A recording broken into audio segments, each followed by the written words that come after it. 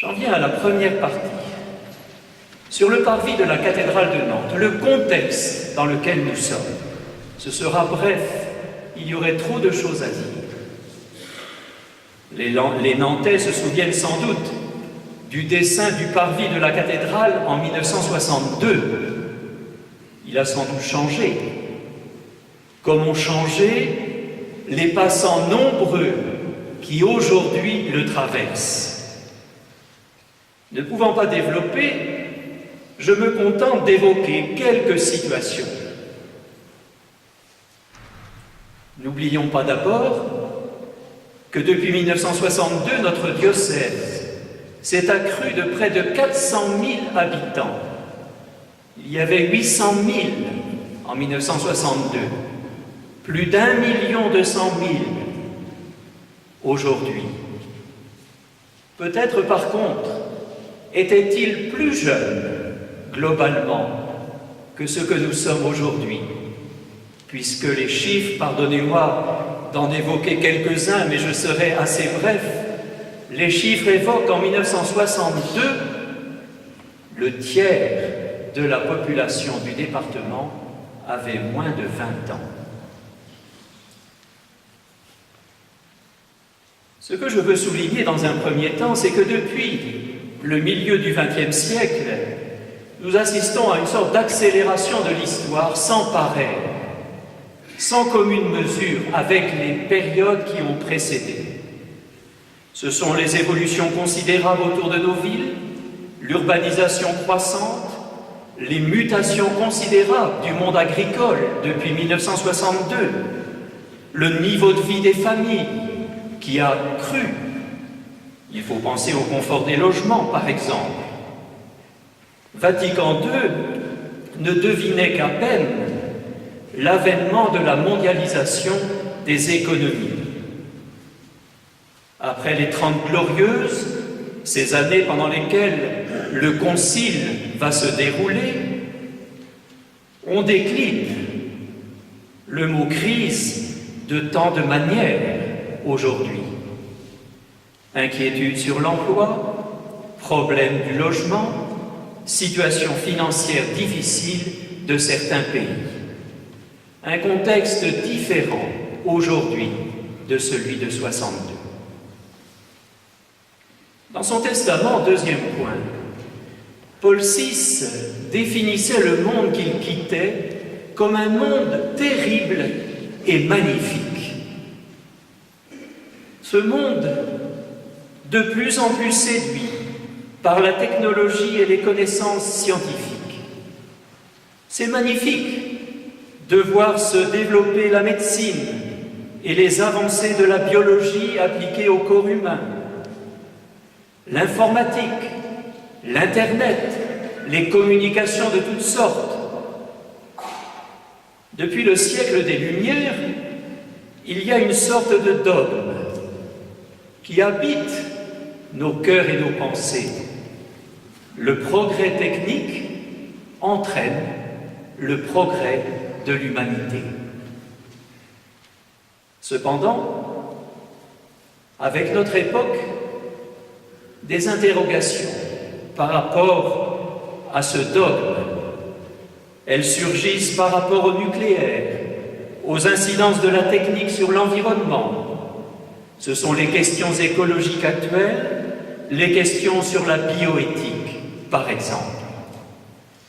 Souvent séduits par les connaissances, on oublie parfois trop le cœur et l'humain. Ce sont les drames de la solitude, tellement présents à notre monde et à notre département. Le monde technique ne répond pas à tout et il peut laisser de côté les plus fragiles. Troisième point.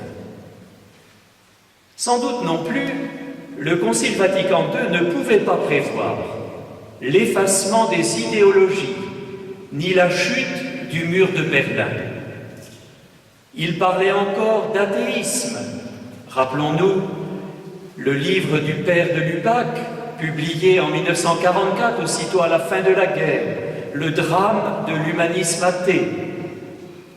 Aujourd'hui, le défi majeur lancé aux religions est celui de l'indifférence et la perte d'intérêt pour les choses du sens. On rapporte à ce propos, à ce sujet, le propos du philosophe Emmanuel Lévinas. Je cite: « L'athéisme moderne n'est pas la négation de Dieu, mais l'indifférence absolue de tristes tropiques. Je pense, disait-il, que c'est le livre le plus athée qui ait été écrit de nos jours. » Mais paradoxalement, dans ce contexte massif d'indifférence, reviennent en masse les questions spirituelles. Je n'oublie pas les propos, il y a 2 ou 3 ans, du philosophe Michel Serres, évoquant sa carrière. Je cite: « Au moment de 1968, pour intéresser les jeunes, il fallait leur parler de politique et pour les faire rire, de religion. Maintenant, c'est presque l'inverse. » Sans doute, il faudrait nuancer les propos de Michel Serres. Mais a-t-on observé la place qu'occupe actuellement la réflexion sur les questions spirituelles et sur les religions? 4e point, toujours pour qualifier ce contexte et considérer les passants du parvis de la cathédrale. Que dire du christianisme? Dans un livre d'entretien récent, livre où il échange avec un journaliste allemand, Benoît XVI parle, je cite, du passage d'un christianisme sociologique à un christianisme de choix. Que veut dire le pape? Beaucoup d'entre nous, en tous les cas les aînés, ont connu le village rural qui correspondait à 10% près à la communauté chrétienne. C'est peut-être la situation que connaît Monseigneur Villepelay, arrivé en 1936 à Nantes, l'évêque du temps du Concile Vatican II, puisqu'il part en 1966. C'est d'ailleurs surtout son successeur, Monseigneur Vial, évêque de 66 à 82, qui mettra en œuvre les textes conciliaires dans notre diocèse. Situation que connaît Monseigneur Villepelay quand il arrive, juste avant la guerre, cette sorte de coïncidence entre la société civile et la communauté chrétienne. Or, cette situation qu'on connaît au milieu du XXe siècle se transforme, et très vite.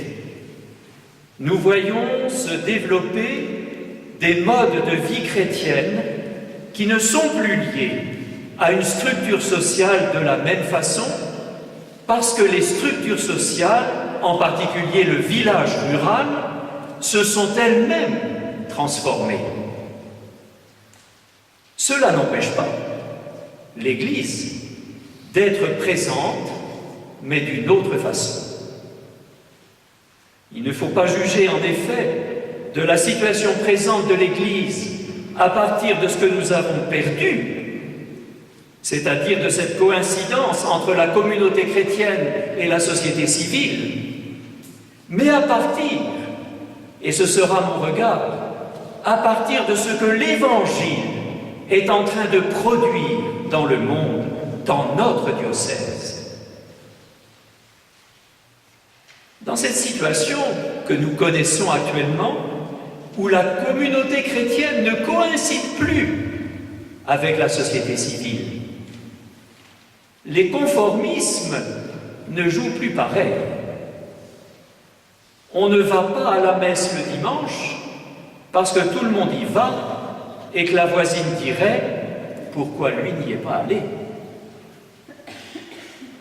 On ne se déclare plus chrétien simplement parce qu'être chrétien, c'est être comme tout le monde. On est passé d'un christianisme sociologique à un christianisme de choix.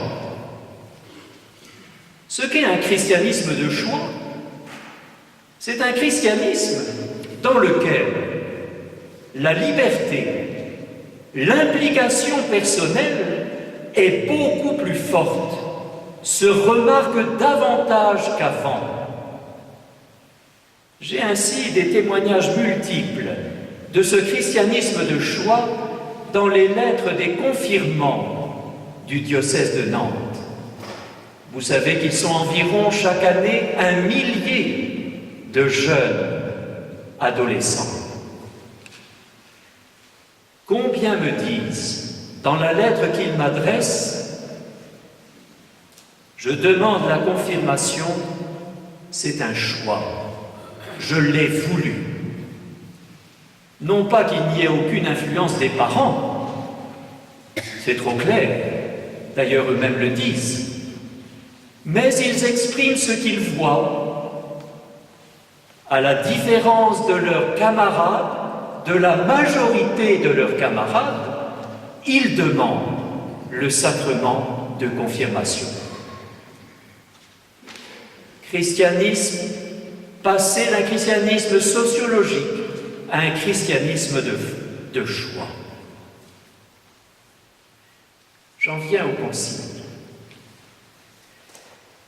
Le 11 octobre 1962, il y a des jours qui marquent dans une vie. Je ne sais pas où vous étiez, vous qui étiez nés. De mon côté, je me trouvais dans la salle de sport de ma paroisse rennaise.